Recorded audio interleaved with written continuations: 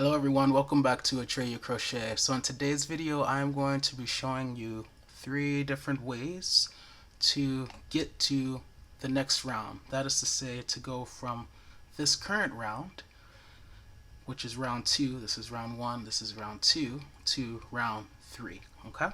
All of these ways will involve slip stitching into this chain 3, which is counting as a double crochet. So depending on your preference, some people will slip stitch into the second chain up. Remember, this is a chain 3, so 1, 2, that's the second chain up. And then some other people will slip stitch into the third chain up, assuming you've chained 3. Some people use 2 chains to count as a double crochet, in which case they will slip stitch in that top chain, okay? Or the second chain up in this one. So it just depends on your preference. I kind of like to slip stitch into the top chain regardless of whether or not this is comprised of 2 chains or composed of 3 chains. I feel like when you slip stitch into that middle chain, if it's not the top chain, it kind of pulls it open a little bit like that and leaves a gap. But that's just what I think. So we're going to slip stitch into the top chain of this chain 3. So 1, 2, 3. Insert your hook. Alright, and slip stitching is just yarning over and pulling all the way through. Now, here's the first way to get to the next round. And the reason I'm saying round and not row is because we're going around in a circle. So whenever you go in a circular motion with your crochet hook and yarn, you call them rounds. Although you will hear a lot of people, myself included, erroneously say rows, because typically you learn how to crochet in rows before you learn how to crochet in rounds, and so rows just becomes like embedded in your memory, and you usually say that. But if you ever hear it, know that we just mean that next row around.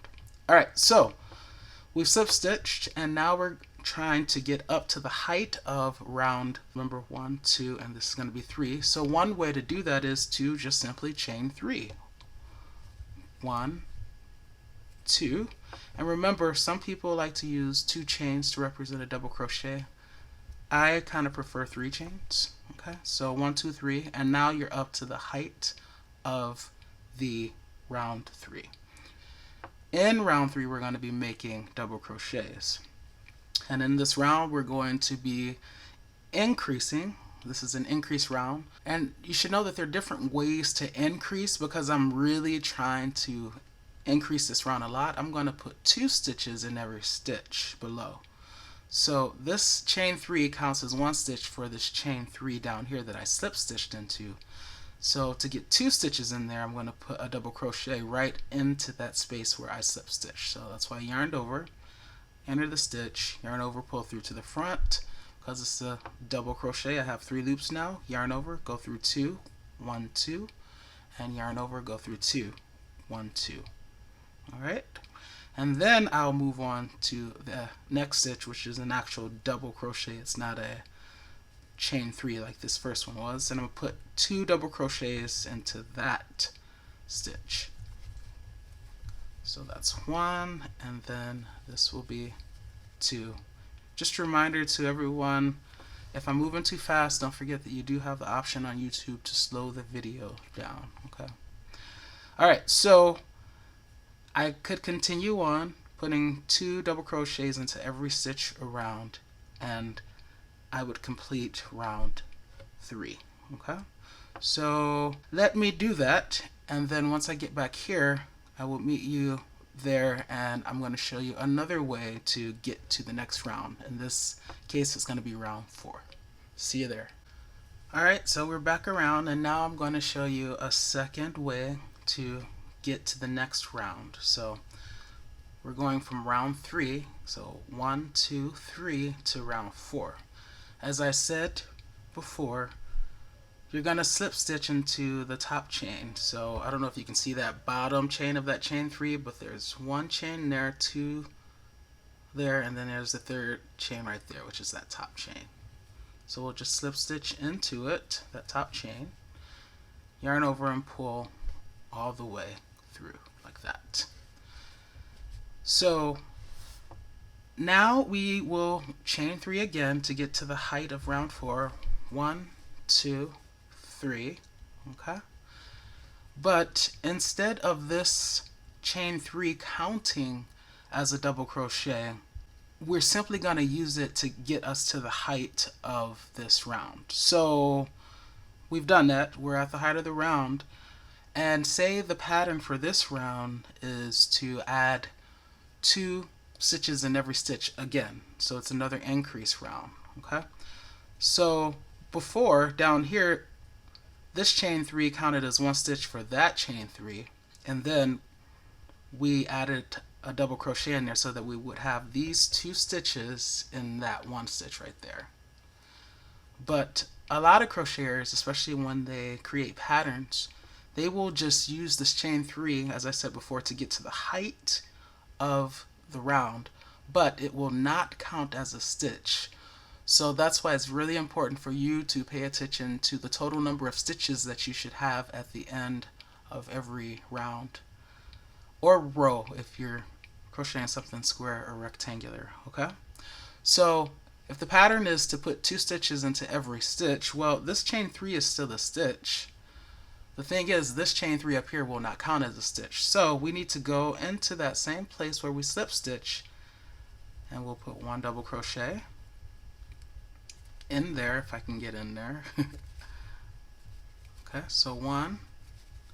Now at this point it may look like you have 2 stitches in that 1, but remember that chain 3 doesn't count. Okay, so we're going to go back in there and put another double crochet. So even though you technically see 3 stitches there, this chain 3 and these 2 double crochet, for the purpose of the pattern, this is considered only 2 stitches in this 1 stitch, this 1 first stitch. Okay, and then you would just go on putting 2 stitches into every stitch. So I'm going to do that, and once I get back around here, I will meet you there and show you the third and final way to get to the next round. And I'm just going to give you a little teaser. It's not going to involve chaining 3. See you there. Alright, so we are currently on round 4. So 1, 2, 3, 4. And now we're moving to round 5. As I said before, each of these ways will involve slip stitching into the top chain. In this case, the 3rd chain up, 1, 2, 3. So I'm just going to insert my crochet hook into the chain stitch, yarn over, and then pull all the way through. Now in the 2 previous rounds, to get up to the height of this next round, I would chain 3, right? But I told you that we're not going to chain 3 this time. So this is called a standing double crochet, and I recently made a video on how to do this if you need more of a detailed explanation. But essentially, the purpose of using a standing double crochet is to avoid this chain 3 look. You know, you can easily identify where the round began by that chain 3, right? Because it looks different than the double crochet, right? A chain 3, chain 3, chain 3, chain 3 in there. Looks different than the double crochet.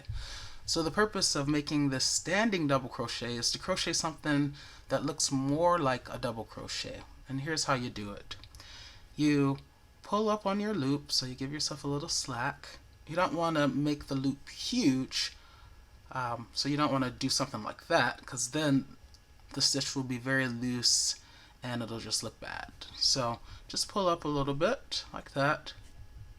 Put your finger, your pointer, on the yarn to hold it there. See how when I move it around it stays, right? And now what we're going to do is we're going to rotate our crochet hook like that. So essentially we have this part that's a loop, and then we have the part that's holding that initial loop right there, kind of acting as a second loop. Now we're going to yarn over, and we're going to pull it through this first loop right there, while still holding with our pointer that other loop. And now we have 2 loops still holding, yarn over one more time, 2 loops, and then we'll go through both. 1, 2. Okay? And so when you go on to crochet the rest of your double crochets for this round, you'll see that it will look more like a double crochet than the chain 3 would. Okay? So see how that right there looks more like a double crochet? It kind of resembles the other stitches versus that obvious eyesore, aka chain 3. Alright, so let me show you one more time what to do. So say you have normal tension like this. Pull up on the loop,